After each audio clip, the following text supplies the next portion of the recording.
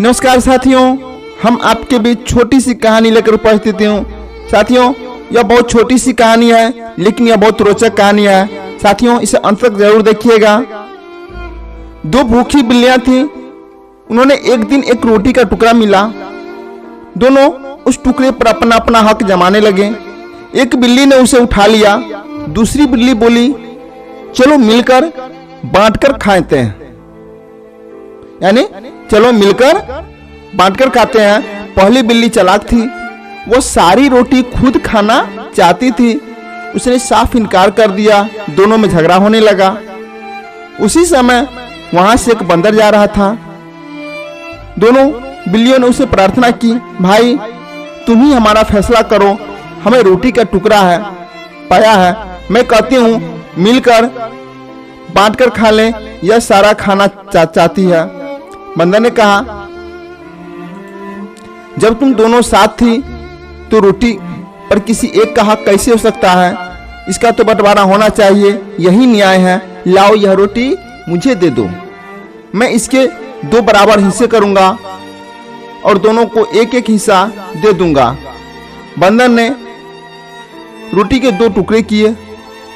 उसने दोनों टुकड़ों को बारी बारी देखा, फिर सिर हिलाते हुए बोला, दोनों टुकड़े बराबर नहीं है, यह टुकड़ा दूसरे टुकड़ा से बड़ा है। उसने बड़े टुकड़े में से थोड़ा सा हिस्सा खा लिया, फिर भी दोनों हिस्से बराबर नहीं हुए। बंदर ने फिर बड़े टुकड़ों में से थोड़ा सा हिस्सा खा लिया। बंदर इसी तरह हर बार टुकड़ों में से थोड़ा थोड़ा खाते रहा। अंत में रोटी के केवल 2 छोटे छोटे टुकड़े बचे। यह देखकर बिल्लियां बोली, बंदर भाई हमारी रोटी वापस कर दो, हमें फैसला नहीं कराना है। उनकी बात सुनकर हंस पड़ा। बंदर हंस पड़ा और बोला, ओहो, अब भला इतने छोटे टुकड़े मैं तुम्हें कैसे दे सकता हूँ? यह तो मेरी मेहनत के है। ऐसा कहकर बंदर रोटी के भी दोनों टुकड़े भी अपने मुंह में डालकर चलता बना।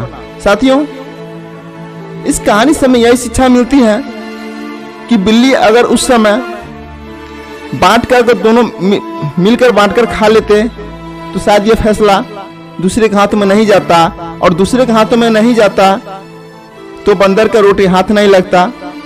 इसलिए साथियों, आपके पास जो भी है उसे, अगर जो भी हिस्सा मिला है, जितना हिस्सा मिला है उसी में बांटकर खाना चाहिए और अच्छा से रहना चाहिए, न कि दोनों बिल्ली की तरह झगड़ा करना है और बंदर की तरह रोटी पूरा खा जाना है।